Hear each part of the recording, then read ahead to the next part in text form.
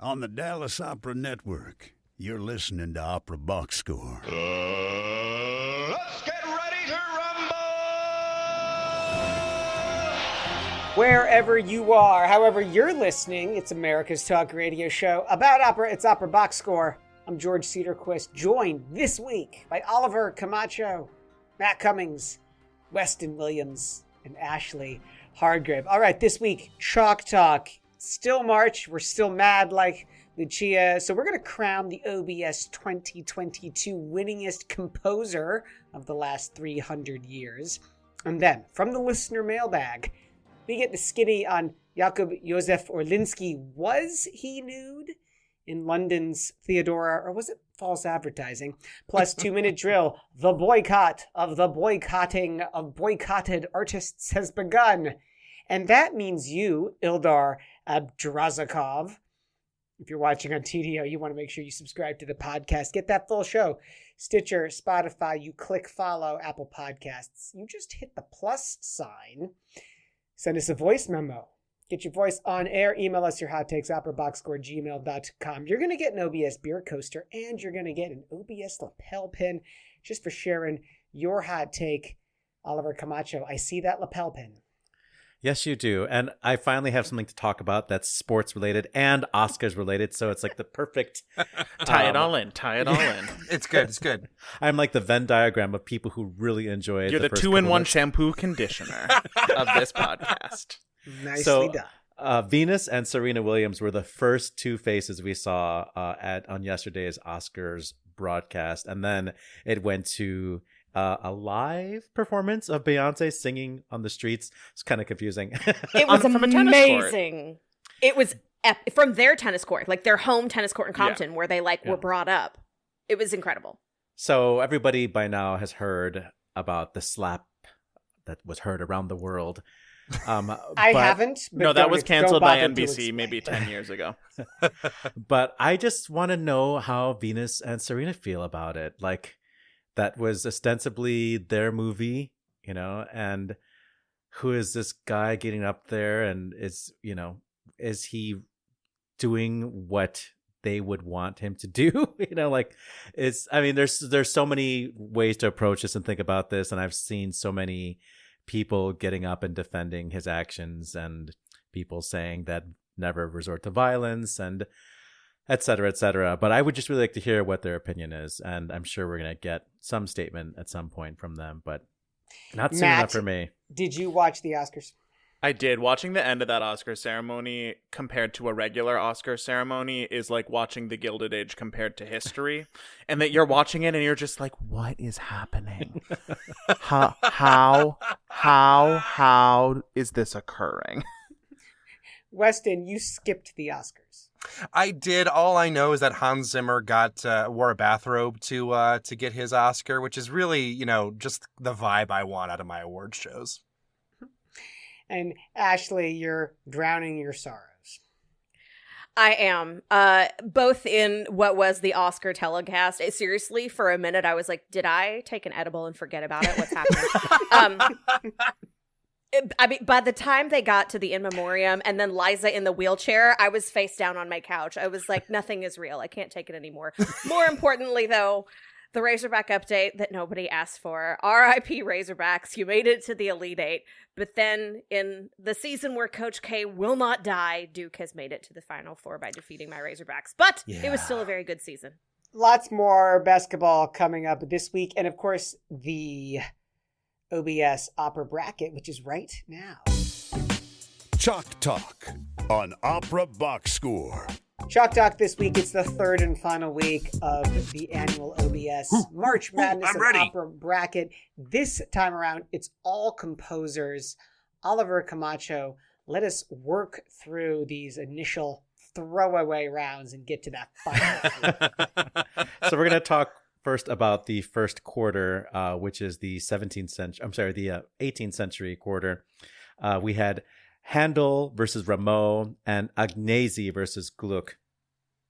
We don't need to go too far into this bracket to realize who's the winner going to be. I mean, Rameau sort of had a chance there, but in the end, the composer that really, carries the entire century is going to be Handel. So It's as much can't as wait about Yeah. quantity as it is about quality. And Handel, which is my choice, is Yeah. a clear winner. Can't wait to read Handel's seminal treatise about harmony that was the foundation of music theory for 200 years. When's that gonna come out? But how many people can hum a Rameau tune?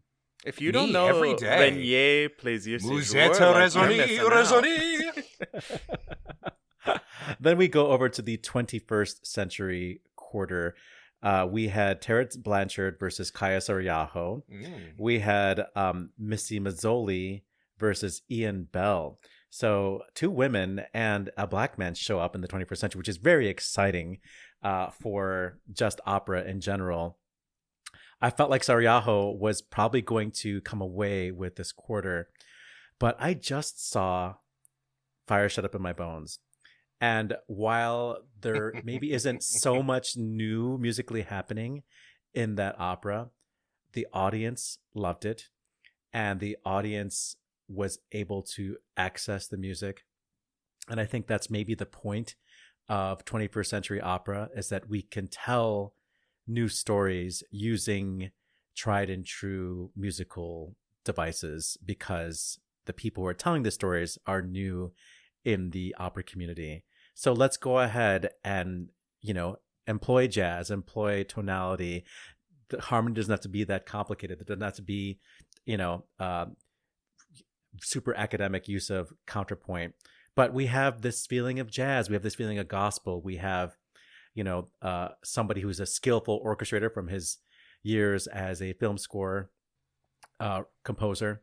So I'm going to hand it over to Terence Blanchard. Congratulations, Weston. Nice. So moving over. Fine. Moving over to the 20th century quarter, we had Benjamin Britten versus Richard Strauss and Thea Musgrave versus Dmitri Shostakovich. Now, the first matchup really could have been the final. And we're not even going to be able to hear how this match went down. I had a hard time making a decision. They were really neck and neck. I mean, there is not a more sensitive interpreter of the human condition through music in the English language than Benjamin Britten. Which is why he lost. Well, we don't know if he lost yet, but when it comes down to it, I mean, I feel like Britten appeals to my queerness and my feeling of an outsider. But in the end, I don't want to go to the opera to feel like I'm a man who is alone in this world. I want to celebrate love. I want to be surrounded by rich, thick, harmonies. I want to have doilies under every teacup. And I want that pastry to be extra crispy and fluffy. And so Richard Strauss pulls away. Very, very close, but those he does pull away famous from that matchup. Electra doilies really won the day, I think. May I not recommend Death bloodstained in doilies. Venice? For you? I love Death in Venice, actually. And then It's we have great. this oddball matchup, Thea Musgrave and Dmitri Shostakovich. I listened to a little bit of Musgrave. I was like, oh, this is pleasant. Dmitri Shostakovich, however, has just more work done. And this maybe is where like my misogyny begins to creep in a little bit. Like we just see more Shostakovich operas.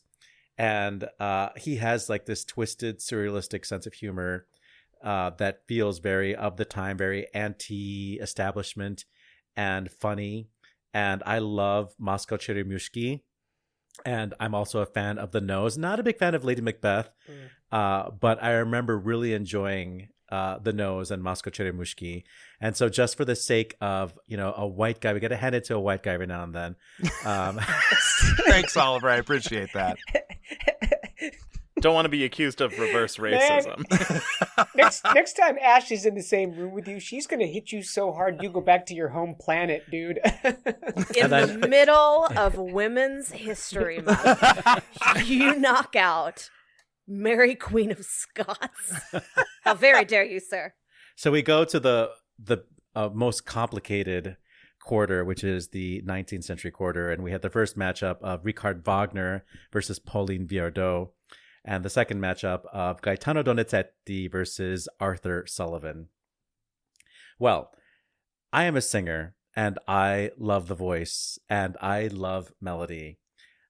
Yes, Wagner has some fantastic melodies, but they take place over many, many bars of music, and they're melodies that only few people can actually sing. Oliver doesn't have any time for any of that. I don't. And the funny thing is that Pauline Viardot is the one woman in this quarter, but I feel like Richard Wagner was going for this feminine orgasm in some of his music, like the slow. Ashley wants to know more. Keep digging, Oliver. I have so many follow-up questions for you, Oliver. I have so many. Slow building, gradually increasing, and then finally just living in this ecstatic moment for a long time. And then you miss it. Yeah. And you give up and you go watch your stories because that's what you do.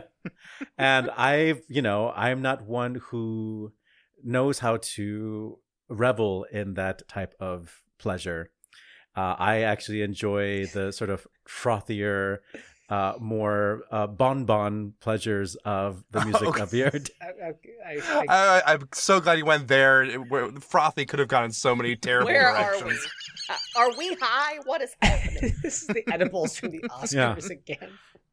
It's also no secret that Richard Wagner was a composer that was cherished by the Nazis, and I can't have any of that in 2022. That is maybe true. Maybe if you had asked me last year, I might have felt differently, but in 2022, that's your red line. I have to give it to Pauline Viardot, and who knows, what else she could have composed.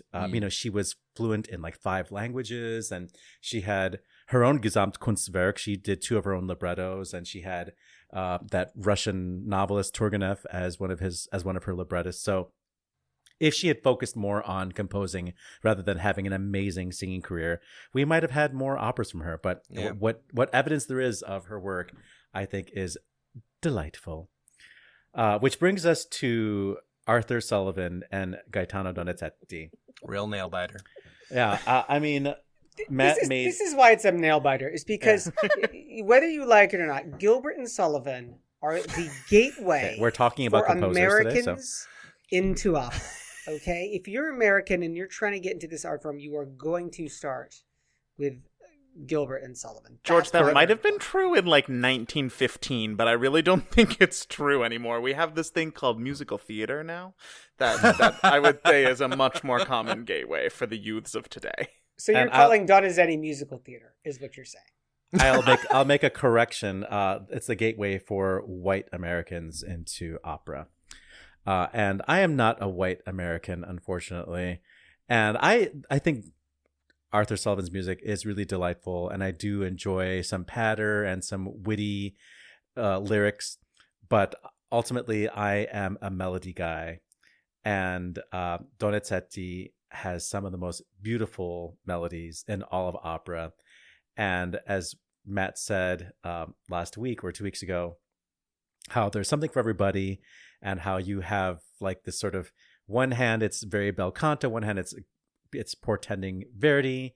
You have operas in Italian, and in French you have comedies like Elixir of Love, which actually have moments of like pure heartbreaking beauty, and then you have like these over the top dramas like Anna Bolena and Lucia di Lammermoor. So Gilbert and Sullivan, I think, does well what it does in its own lane, but nowhere near the variety of work that we have from Donizetti. So we have Donizetti coming out of that matchup. So our final Shocking. our final 4 are Handel versus Terence Blanchard, and Richard Strauss versus well, I didn't. We have to. I do think this. you Hang on a skipped second. to half of the Okay. 18th and half of the 19th, I believe. Okay, so we have the matchup of Handel versus The winner of Handel. Agnesian Gluck. I said Handel. No, I said Handel coming through. I was like, I'm not going to waste You time. said Handel. Yeah, you did not specify the other half of that, which I believe was Agnesi and Gluck.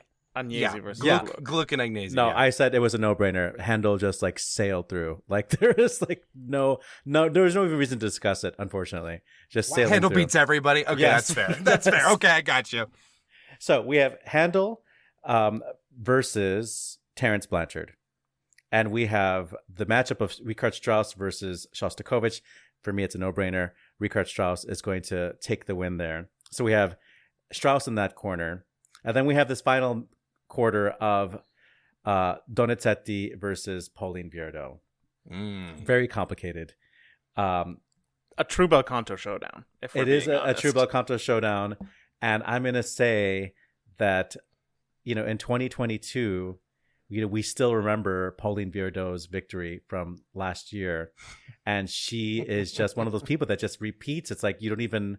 She just did it. It's like how but she just did it. Like Serena Williams winning her first slam. She just once she got going, she was hot. Yeah. Just so I'm clear, so Missy Mazzoli and Ian Bell, both of them were stomped by Terence Blanchard. Yeah, well, Mazzoli won the matchup, but Terence Blanchard ultimately made it to the Final four. Fair to say. Yeah. Again, Tough we year for want to England, hear. George. We got a Final Four here. Okay. On So Upper Final Box four. Score. We have Again, Handel. Let me just say, we want to get your hot takes as well. You can write to us, operaboxscore@gmail.com. Let us know who your Final Four of the winningest opera composer of the last 300 years would be. Back to So you. on the left half, we have 18th century versus 21st century. We have George Friedrich Handel versus Terence Blanchard, and on the right half, we have Richard Strauss from the 19th century of the 20th century versus Pauline Viardot of the 19th century. So What a matchup. We'll begin with you, George. You are backing Handel, and you're going up against Terence Blanchard. I am backing Handel. Look, I've said it before. Handel is not only about quality, it's about quantity. Over 40 operas, countless oratorios, hymns, religious music, a lifestyle that truly defined, in the post-Monteverdi world, truly defined like the Baroque. And that, I think, the impact of that we are still feeling today, 300 years later. That is how important Handel is. Okay. Oliver is not pleased. Yeah, I mean, I don't know why he's not pleased. You have so many things you could say about Handel. So many things you could say about his progress as a composer, and you're bringing up like his sacred music. You're bringing up his hymns. What hymns? What are you talking about? Who is this coach? It shows the breadth of the work. Can you name what doesn't he do? Can you name 5 Handel operas? Can I name 5 Handel operas? Yeah. Faramondo, Alcina, Giulio Cesare. Okay. Ariodante. Okay. Okay. And oh man, I'm gonna trip right at the finish line. It's quantity over quality. Can I help him? Fifth opera. No, you cannot help him. You have to let him suffer.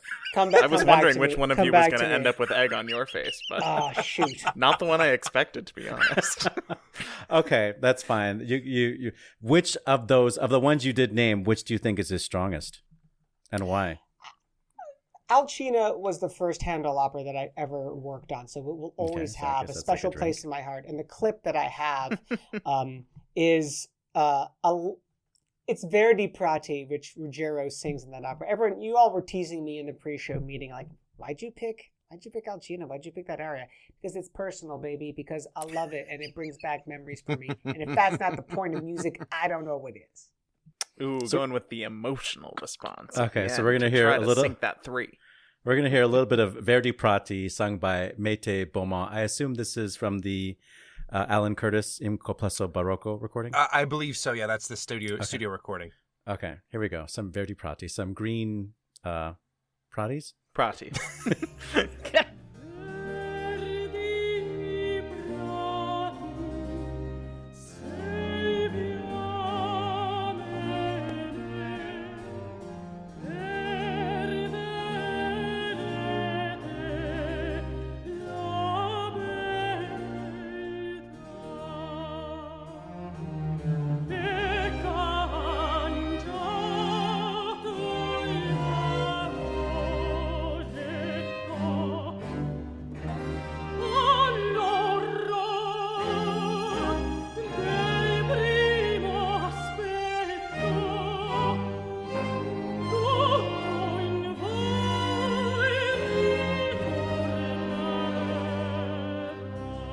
Love that aria. By the way, Theodora. That's Handel. That's my fifth. That's an oratorio, by the way. Yeah, yeah. Come on. Okay. Almost stuck the landing. That's okay. Moving down to the bottom half of this, Terence Blanchard. Weston, what can you say? How can Terence Blanchard even dare compete with George Friedrich Handel? I have an idea, actually. Well, I mean, I have a couple ideas as well. I will also brag and say that I can name all two of his operas. So I'm going to. It's Champion and Fire Shut Up in My something or other. No, 100% conversion rate, very impressive. Just crushing it. No turnovers at all. I will say, yes, he is. This is not the same quantity over quality argument that we're getting from George over there. Because, he's new to the field. He's new to opera. He actually was, I believe he was commissioned to write his first opera, Champion, before he'd actually seen one.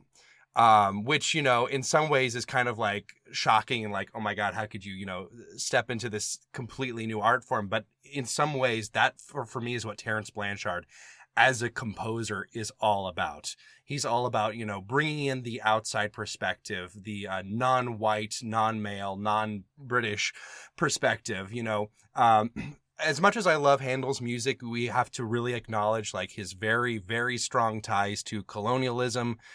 I want to say he was involved with the slave trade. I can't quite remember.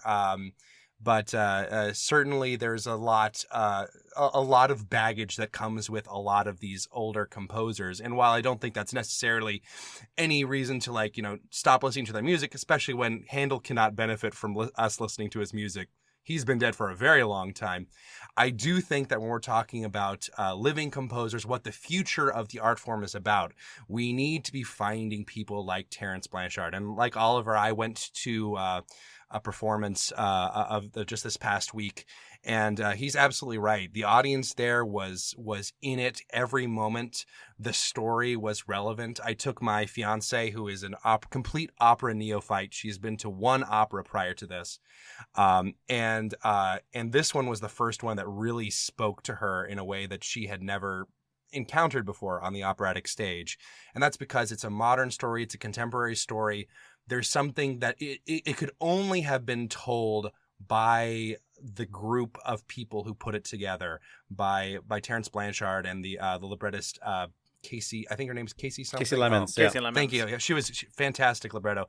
And then of course based on the true life of Charles Blow, who I believe was at the premiere, although I missed the premiere. So. And this is something that's just so real and so powerful and like really reflects like what opera can do in telling these really relevant, really current stories, incorporating these other sound worlds from stuff we would usually consider to be outside of the classical canon, the jazz, the gospel moments in the opera. And it just was such a moving experience. And like, I love Handel. I've been to operas by Handel, and the energy in the room and the type of people watching it is just very different, and I think that alone is enough to put people like Terence Blanchard forward as much as possible, because they are the future of this art form. Well, shall we hear something? Yeah, absolutely. This is just a little clip. I pulled it literally because there's no real full recording of this yet. I just pulled it off of the Lyric Opera of Chicago's Facebook page. It might be their audio, or it might be from the Met production. This is when he's singing about how he bends, he doesn't break under the stress, and it's Will Liverman singing the title role of Charles Blow. Not the title role of Charles Blow. Charles Blow. Yeah. And the titular bones. Just Charles. Just Charles. I sway, my moves run deep. I draw my strength from underneath. I don't break, I sway.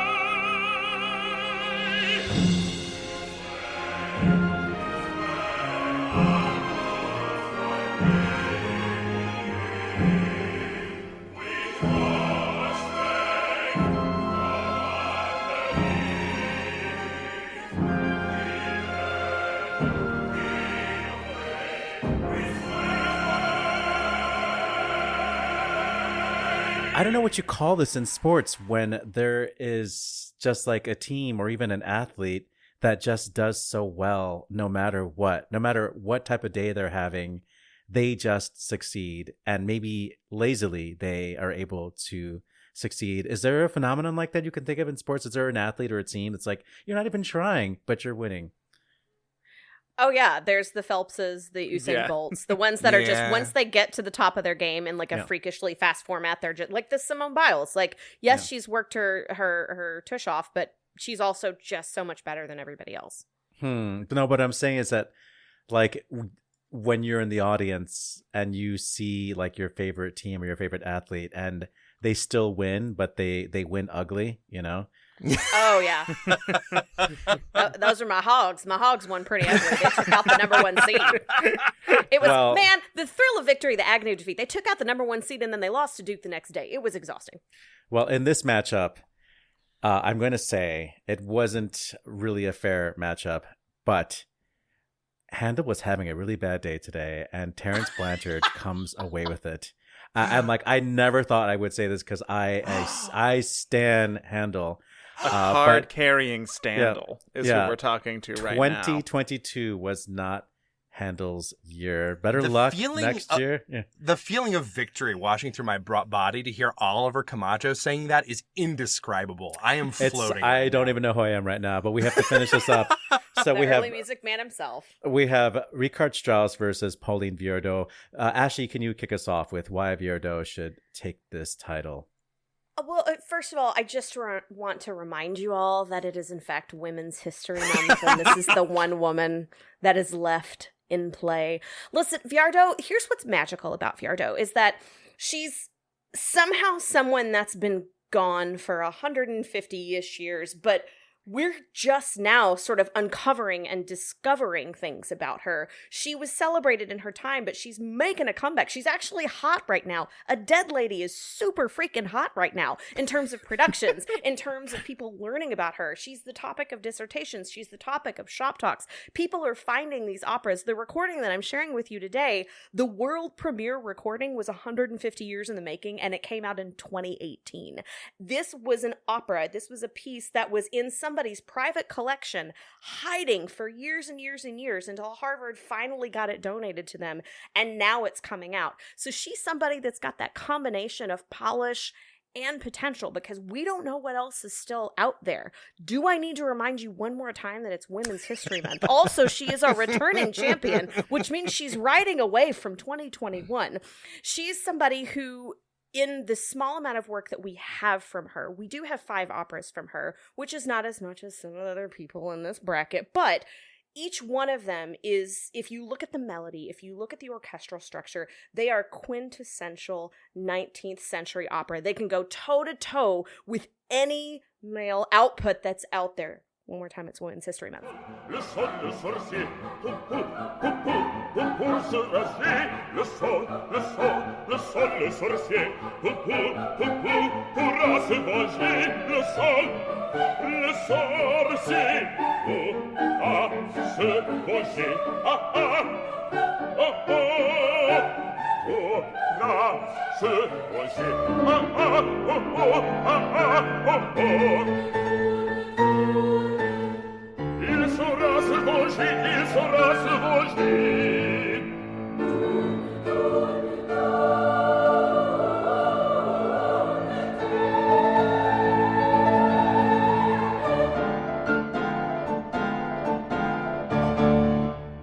You know what? That's a good point. It is Women's History Month. And when you think of composers who have mastered the art of writing for the female voice, I dare you to think of many who would rank higher than Richard Strauss, especially when you compare the music he wrote for, let's just pull one out of our pocket and say the tenor voice, which is, borderline unsingable. But every single Strauss opera is packed to the gills with moments of soprano fierceness. He was married to a soprano. The man knew a soprano voice.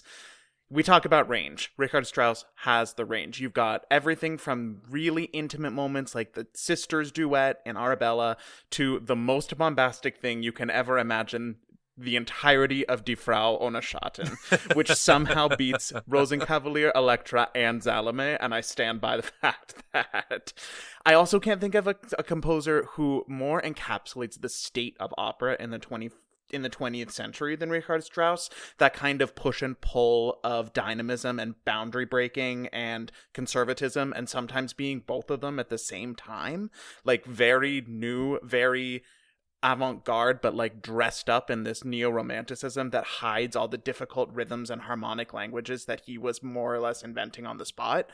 His partnership with librettists like Hugo von Hofmannsthal are among the most successful combinations of music and text in the operatic canon. Take that, Gilbert and Sullivan. And I think that some of the most thrilling moments in all of opera, let alone just 20th century opera, come from Strauss operas. I mean, the trio for Rosenkavalier stands on its own. The whole 100 minutes of both Salome and Elektra. The unheckleable brilliance of Zerbinetta's aria. Like, just come on. Why are you trying to heckle Zerbinetta's, Ashley? I'm just saying, Listen. Viardot put up a great fight. She's wonderful. We're lucky to have her. But, like, we're up against the GOAT sometimes, and the GOAT's gonna win.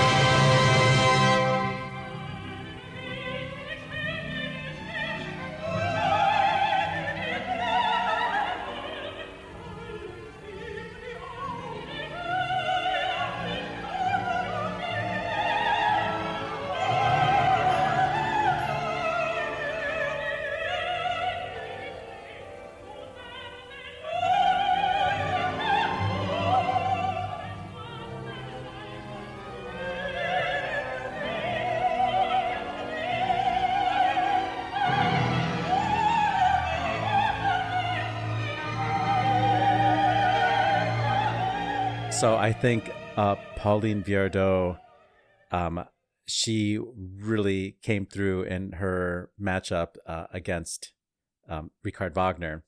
But I think, going up against two Germans in a row might be the end of such a great lady, a Spanish lady. When did Spain ever beat Germany? Not in the World Cup, I That's a can good say question. that. Maybe in tennis. But So I'm sorry to say it is Women's History Month, but by the time you hear this episode, it might already be over. So, so we Regardless of whether or not March is over, Oliver is ending it now. we have the final matchup of Richard Strauss versus Terence Blanchard, and it's going to come down to penalty kicks. Weston, mixing your sports, young man, but I get it. Free throws. Weston, you just saw Fire Shut Up in My Bones. I did. And you can imagine what Champion is like. Tell this referee 3 things about those two operas. They could be musical things, they could be stage moments, they could be about world premieres or casting that would impress this referee. Well, first of all, there's the narrative efficiency of it. Both Champion and Fire Shut Up in My Bones are very tightly written. There's while Strauss did have like your Hofmannsthal collaborations, he also had other collaborations that were not as fruitful, and they can get a little bit plotting sometimes, particularly in the sort of middle period where he kind of got a little bit. He kind of got lost himself. I knew you were going to throw the Egyptian Helen in my face. I will, and I am. Maybe it's just the fact that Terence Blanchard has not had enough experience yet to hit a rut like that. But at this moment, there's no sign of it. Number 2, the inclusion of more popular music styles. Strauss is great. I love the way he writes for really advanced harmonic language and boundary pushing moments like that. But sometimes it can be hard to like take a breath and just like enjoy even like a light waltz. Even his waltzes are so pushing the boundaries. Some people really get exhausted by that. Not me, but some people do. And I imagine Oliver might sometimes. Who knows? And whereas Terence Blanchard, you have the use of jazz, pop music motifs, and things like that to keep the audience engaged. And like they never overstay their welcome either, at least not in Fire Shut Up in My Bones. There's always like these little moments that really work, and they don't get tired. They feel very sincere, and they stay their pace, and then they leave. There's nothing else to worry about. Number 3, and I'm going to say it again, this is what the future of opera is. And it's all about those perspectives, those new ideas. Those are my 3 things, and I think those will hopefully be enough to beat my hero, Richard Strauss. Okay, Matt, different assignment for your team. Name 3 melodies that I sing all the time.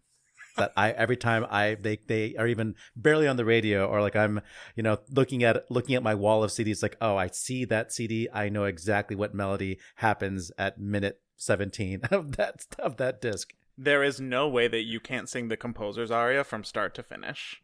I would be shocked if you couldn't sing the opening lines to the Rosenkavalier trio. I don't know how your whistle tone is, Grossmächtige Prinzessin. I believe you've got it. Maybe you don't want to show it off for the public. That's fine. Zweite Brautnacht. I mean, I might have taken a dig at the Egyptian Helen, but she's got her moments. Okay, wow. Both of you sort of biffed it. Wow. Okay. Not what I expected. Großmächtige Prinzessin was definitely on my list.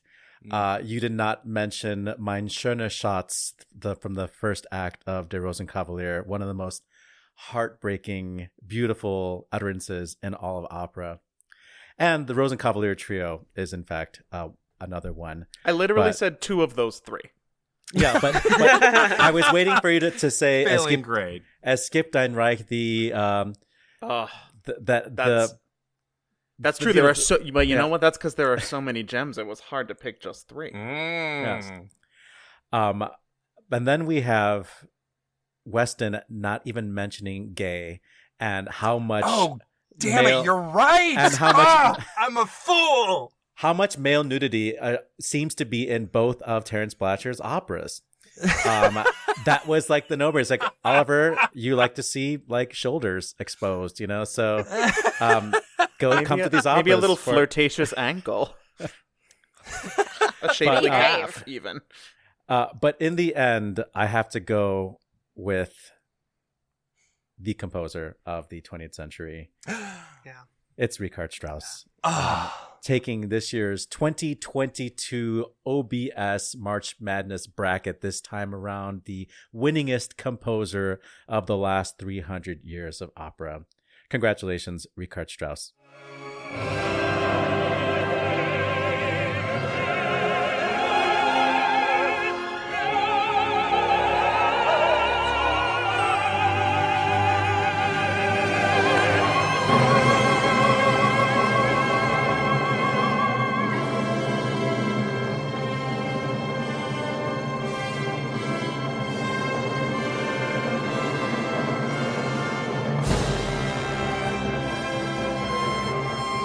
Oh my gosh, 2022 March Madness of Opera. I was on the edge of my seat the entire time. Spectacularly done. Thanks again to the panel and, of course, Oliver Camacho for being our judge. Super quick hit, Ashley, on the sports before we get to the listener mailbag.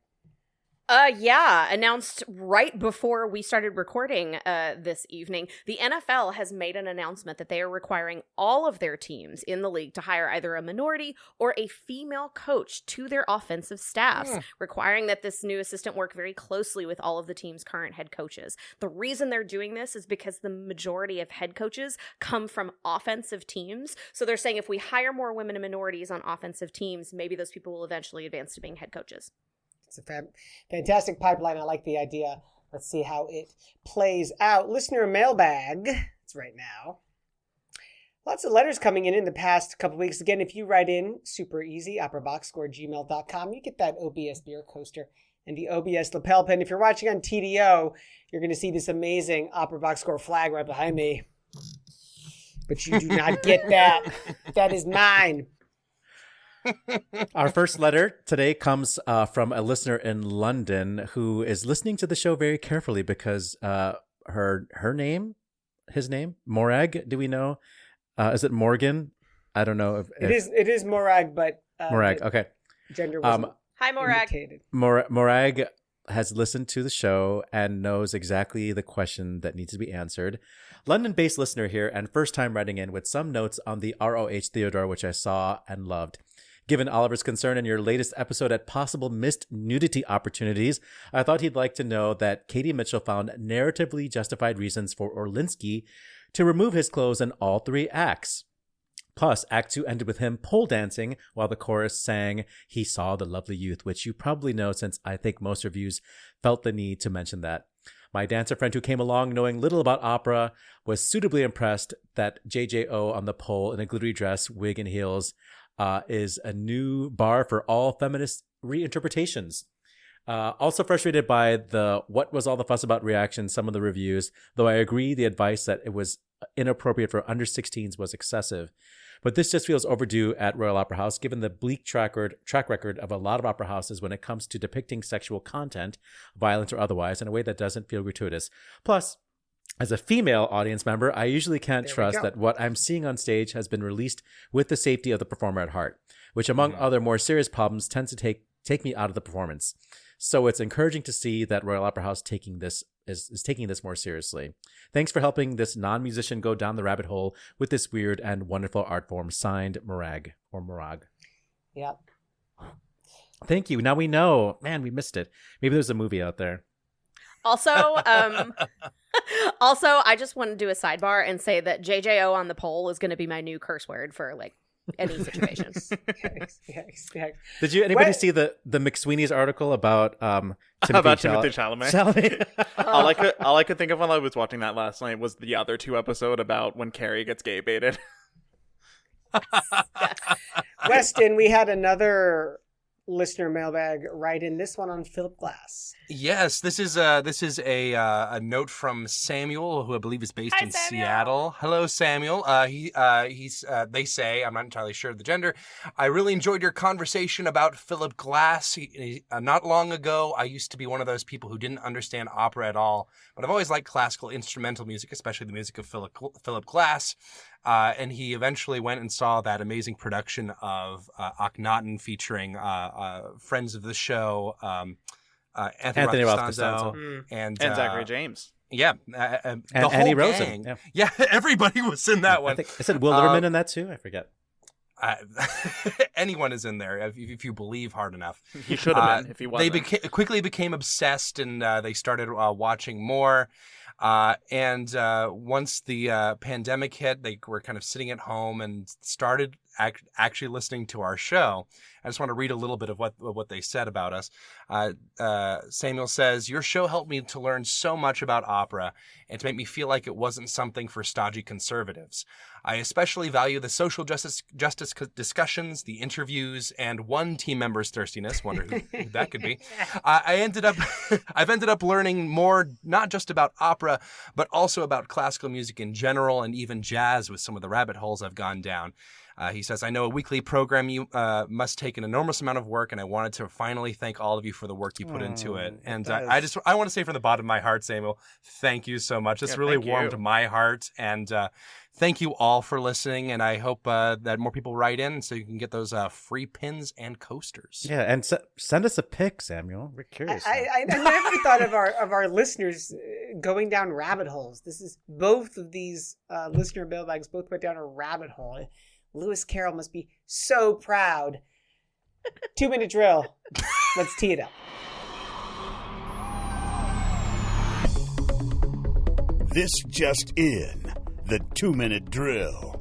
All right, listen up. Here's everything you need to know about what happened in Alice in Wonderland this week. Oh. More than 100 artists have signed a petition to end the Russian war on Ukraine and end the boycotting of Russian artists. The petition, signed by such prominent artists as Antonio Pappano, Mark Elder, Barry Kosky, and friend of the show Barbara Hannigan, says, not all Russians and Belarusians are certainly not all cultural figures of these two nations support this terrible invasion. Therefore, we find it unjust to condemn Russians or Belarusians for the actions of the dictator and his supporters without any direct evidence of their collusion. Meanwhile, the Lucerne Festival, Verbier Festival, together with the OSR Orchestra of Geneva, have stated, "We confirm our continued support of Russian artists. Those who have not aligned themselves with the actions of the Russian government do not deserve to be excluded from international musical life simply because of their nationality. Furthermore, we refuse to turn our backs on the rich heritage of Russian culture, including the great works of Russian composers." Meanwhile, the French state has created a fund of €1 million to help Ukrainian artists who have been displaced and exiled as a result of the Russian invasion. In other war news, Aix-en-Provence Festival has decided to cut ties with the Novaya Opera, a Russian company, and canceling the upcoming production of Salome.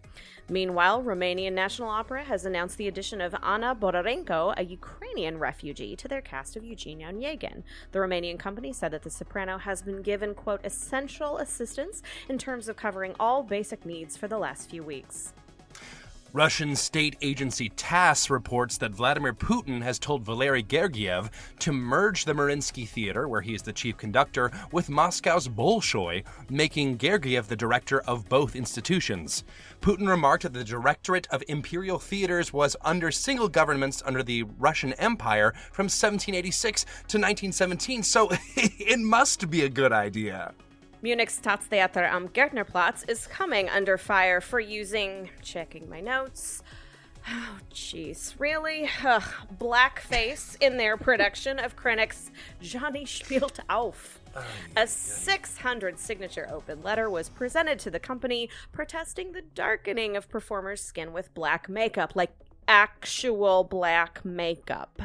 The company will refrain from using the technique in future performances, but defended their decision. Quote, our portrayal of blackface, which was developed with people of color, obviously hurt people. We are sorry, and that was not our intention. Bad news, New Zealand Opera is being attacked venomously, including hate mail from longtime patrons for veering away from the standard rep. Good news, they're breaking box office records. Bad news, COVID has postponed all performances. And worse news, a third of the NZO board has resigned in protest of the organization's commitment to performing the new opera, The Unruly Tourists. Some critics argue that the piece is classist against the British travelers at the center of the true story that dominated New Zealand's headlines in 2019. That fight will have to wait, however, as the country's COVID numbers have forced the postponement of the Auckland Arts Festival and that opera's premiere. The Metropolitan Opera will be making a substitution in their 2022-23 HD broadcast season, replacing Don Carlo in Italian with a different Verdi opera, Falstaff. Falstaff will be conducted by Daniele Rustoni and will star Hera Hissing-Park, Eileen Perez, Marie-Nicole Lemieux, Michael Vola, and Christopher Maltman, none of whom are the recently estranged Anna Netrebko, who was to have sung Elisabetta in Carlo. Staatsoper Stuttgart continues its new production of Wagner's Ring Cycle with the premiere of Die Walküre. The new production aims to highlight the complexity of the Gesamtkunstwerk by emphasizing its individual acts. 3 different directing teams will each bring one act in each to the stage. The Dutch theater collective Hotel Modern, lighting director Urs Schönebaum, and visual artist Ulla von Brandenburg. In trade news, Rebecca Rota will take over as intendant for Oper Wuppertal beginning in 2023. The California native is currently the deputy director of opera at the Badisches Staatstheater Karlsruhe and has also worked as a singer and stage director. On the disabled list, due to illness, Yannick Nézet-Séguin had to bow out of the highly publicized Don Carlos at the Met. Swiss conductor Patrick Furrer, who made his company debut earlier in the season, stepped in for the ailing music director for the final 3 performances, including the HD broadcast on March 26th, not to be confused with the other HD Don we just mentioned, which is still canceled. Exit stage right, Russian conductor Mikhail Yurovsky has died at age 76. Born into a musical family, Yurovsky worked at many of the leading opera houses in Europe, including the Bolshoi Theater, Semperoper Dresden, and Leipzig Opera. He leaves behind a notable discography, including the premiere recording of Shostakovich's The Gamblers. He is survived by his 2 sons, Vladimir and Dmitry, both of whom are also conductors, and his daughter Maria, who is a music teacher. And on this day, March 28th in 1842, it was the first official performance of the Vienna Philharmonic Orchestra. In 1867, French tenor Edmond Clément was born. In 1896, Giordano's opera André Chenier premiered at La Scala. In 1916, it was the premiere of Erich Wolfgang von Korngold's Der Ring des Polycrates that happened in Munich. In 1941, Italian tenor Nicola Martinucci was born. Happy birthday to American bass Samuel Ramey, born this day in Colby, Kansas. In 1951, Douglas Moore's opera Giants in the Earth was premiered, and happy birthday to the English stage actress and soprano Rosemary Ash, born this day, March 28th in 1953. And that is your 2-minute drill.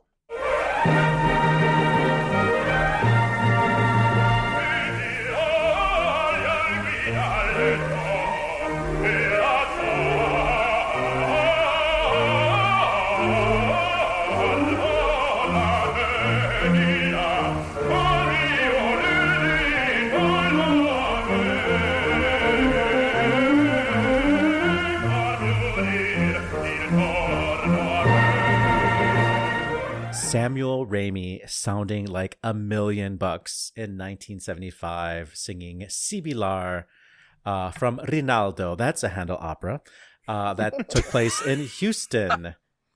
Sam Raimi, not to be confused with the director of the first 3 Spider-Man movies. I know you are all thinking it. We're all hearing it. I can never unhear it, and now neither can you. Matt, also, I am confused. So, like, how many Don Carly are there? There are, I mean, literal dissertations have been written about that question, about how many versions of Don Carlo there are. This season, they are doing it in French, which is the original version, but it's also like the less performed version because it became much more popular in Italian. So it was kind of a big deal that they're presenting it in French. That HD did happen. Next season, they are set to go back to the Italian version. That one is still being performed, but will not get an HD anymore. It used to be that you could just say plus or minus Fontainebleau, French or Italian. And it usually was plus or minus Fontainebleau, Italian. So, but there are even more versions than that. There's the 4-act Italian, there's the 5-act Italian, there's the Modena version. It's a mess. The Wikipedia article is like 17 pages long. We need a bracket for all of the Don Carly. Wait, that'll be our next year's March Madness. All the Don Carly against each other. Okay, we all know it's the French version, though. This is so here we are in the yikes block. Ashley, blackface. Well, this is bad. Among other, there's some, it's bad. Welcome to the yikes block, everybody. Pull out those 2022 bingo cards. All of them are bad blocks. So we've got Johnny playing up and striking the band in this German opera. And at first I was like, I wonder if this is, I mean, all blackface is bad. But there's like blackface, and then there's oh my god, and the production photos from this production are definitely in the oh my god category. They're like, why don't we pretend it's a minstrel show levels of blackface? Well, and the wild thing about this piece is like, the fact that they were doing it at all. There was a period of time where this piece was banned exclusively for that. It was considered minstrel. It was considered inappropriate. So the fact that they're bringing it up at all, and then had the full-throated, what's the German word for audacity? Don't care. Audacity to do this. And it's not just the title character who's often the one that like we in the premiere of this, when it first came out, that's the person that they darken the skin of. In this one, it seems like there's a lot of folks in the cast, including some of the female characters. And the costuming for this is like a heroin fever dream. Like, I don't know what movies they watched before they put these sketches together, but it was intense. Not to be outdone, however, we've got to talk about the other yikes block that is New Zealand opera and the arguments that are going on about this piece that they were going to produce, but now they can't because of COVID. And some people were saying, oh, make room for new opera. And then it's like, oh, but this opera is about a thing that's a little bit classist and terrible. So it's a doozy. Matt, what excited you most about the, oh my God, Daily Mail article that we had to read for this? I mean, it is that internet meme of like the worst person you know just made a great point personified in that you read the first write-up of this piece and you're like, oh man, why are these stodgy old board members standing in the way of a new piece? And then you find that it is like specifically targeting one Romany family who were tourists in New Zealand and like caused a media kerfuffle. And that just feels really mean-spirited and pretty racist. Well, this is It's red meat wild. for the Daily Mail as well. I mean, if you Well, they know were that coming down paper, on the side of saying, no, we shouldn't be doing this. Yeah, Like, shockingly, the Daily Mail was anti-racism up this is time. down. Like, what is happening? Yeah, what is real? I mean, Did the I thing take is, an edible now? honey, we've all taken edibles. Listeners at home, you might as well take an edible. That's the only way all this is going to make sense. No, the crazy thing about this is that, like, I remember when these headlines came out about this family in New Zealand. There's a lot of social stigma around the notion of travelers. Some people would use the G word. We will not. But the notion of the traveler, they have so many negative stereotypes around them. And there is this like kerfuffle and this free-for-all. There are absolutely reports that this family did wreak a lot of havoc when they came to New Zealand on vacation. They left a hotel trash. They left excrement and trash and garbage and did not clean up after themselves. And I do remember exactly what a kerfuffle this caused. I would be interested to see the music of the piece to see how they're going to put all of this together, but it's just, there's a reason it's in the yikes block this week. Yeah. Weston, did Vladimir Putin also take an edible before trying to unify the cultural organizations of I thought Russia? you were going to say before he started the Ukrainian war. No, I mean clearly he's doing something. I will Partying say that, like it's 1910. That's what he's doing. well, there's a couple things happening here with the Mariinsky and the Bolshoi. These are two huge cultural institutions in Russia. And keep in mind, Russia is a place that we can often forget just how significant opera can be to the political structure here in the U.S., because here in the U.S., every single opera company and symphony is basically on their own. But it is so closely tied with power. These two institutions have been separate since 1917, since the revolution. This is not even trying to like reform like the USSR. This is trying to reform the Russian Empire as an empire, Which and is pretty fitting with a lot of his statements that he's made about every part of this war. But you've got Valery Gergiev, who has been in the artistic director of the Mariinsky in St. Petersburg for quite some time. The artistic director of the Bolshoi is having to step aside after making some anti-war comments. So one wonders, which is part of it, yes. how much that is playing into it and how much this is just damage control. But the unification of these two things is such a huge symbolic thing in the Russian cultural and power sphere and how those come together. And if it actually happens, if it actually ends up being unified, it's not a good sign of where Putin is taking this, and he's already taken it to some bad places. The last item on the drill is mine. It's my turn to take an edible about this production of Die Walküre, which each of the three acts is directed by a different set of directors, right? So the first one is directed by the Dutch theater collective called Hotel Modern. That's going to be a live animation film with little miniature figures. The second one is created by a lighting designer, and the dialogue quotes between light and space. And the third one is being staged as a tableau vivant, as an interaction of colors, shapes, and changing axes. Like, love that. I just feel like my head is going to explode. I can't take this anymore. Please, let us wrap this show up. Good call. Bad call. on Opera Box Score. Oh my lord, this has been a trip. Oliver Camacho, give us a good caller back. I'll put me out of my misery. Mine is both. A certain British journalist who has a classical music blog called, well, it rhymes with Flipped Dick, but we won't say the name of that blog. Yeah. It kind of rhymes. It always is doing something that irritates me, but recently posted something very transphobic about when will now opera has stepped into the gender wars, talking about male sopranos and the recent signing by... Oh, wait, now they've stepped into the gender wars? Yeah. The recent signing, I think, by Decca of the Venezuelan soprano Samuel Marino, who is male. And so I think we should, just to piss him off and to celebrate Samuel Marino, we should all go listen to that new album called Sopranista, with the, I think, Venice Baroque Orchestra.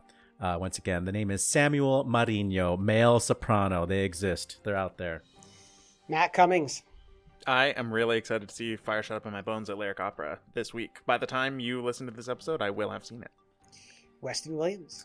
By the time we finish recording this episode, I already saw it on Friday. And Ashley Hardgrave. I will also be seeing Fire tomorrow night, but I'll tell you what I really have. What I have is a bad call. I don't know if you guys have seen this Infinity commercial that's been rolling around that's got, some people know it as also Sprach Zarathustra. Some people know it as the theme from 2001, The Space Odyssey.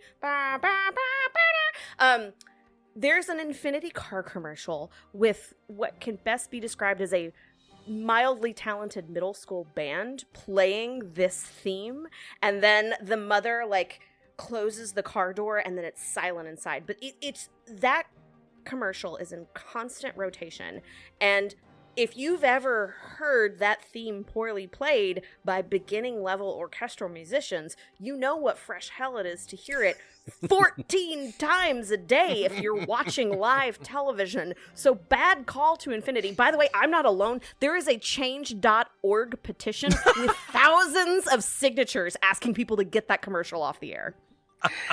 And to do it to opera's winningest composer of the last 300 years. It all ties in. I got him. How dare they? Nice job. I do have a good call, but it's also about a commercial. This is a Buick commercial that I saw when I was watching sports. It talks about basketball player Arike Ogunbowale and says she hit one of the most clutch game-winning shots ever. You probably didn't see it. Why? Because 40% of professional sports players are women. They get 10% of the coverage on national media. This is an ad that really makes you think. That's it for this week's edition of America's Talk Radio Show about opera. I still can't believe I couldn't name 5 Handel operas. I feel so ashamed right now. I bless you, Oliver. We have our differences, man, but that question, you're going to make me do my homework, and I'm grateful. Our announcer is Norm Waddell. He's at normwaddell.com. Again, you're watching on TDO. Make sure you subscribe to that podcast. Get the full show. Stitcher, Spotify, Apple Podcasts. Send us the voice memo. Email us the hot take, operaboxscore@gmail.com. You're going to get that beer coaster and that OBS lapel pin. Our creative consultant is Oliver Camacho. Audio and video editor is Weston Williams. Our co-hosts, Matt Cummings, Ashley Hardgrave, and I'm George Cedarquist, asking you to continue the conversation about opera while you try to name more than 5 operas by Handel. We're back with an all-new show next week when we trawl through the slate of 2022-2023 season announcements. Plus, you get more opera headlines, more hot takes, more of that signature thirstiness. Join us.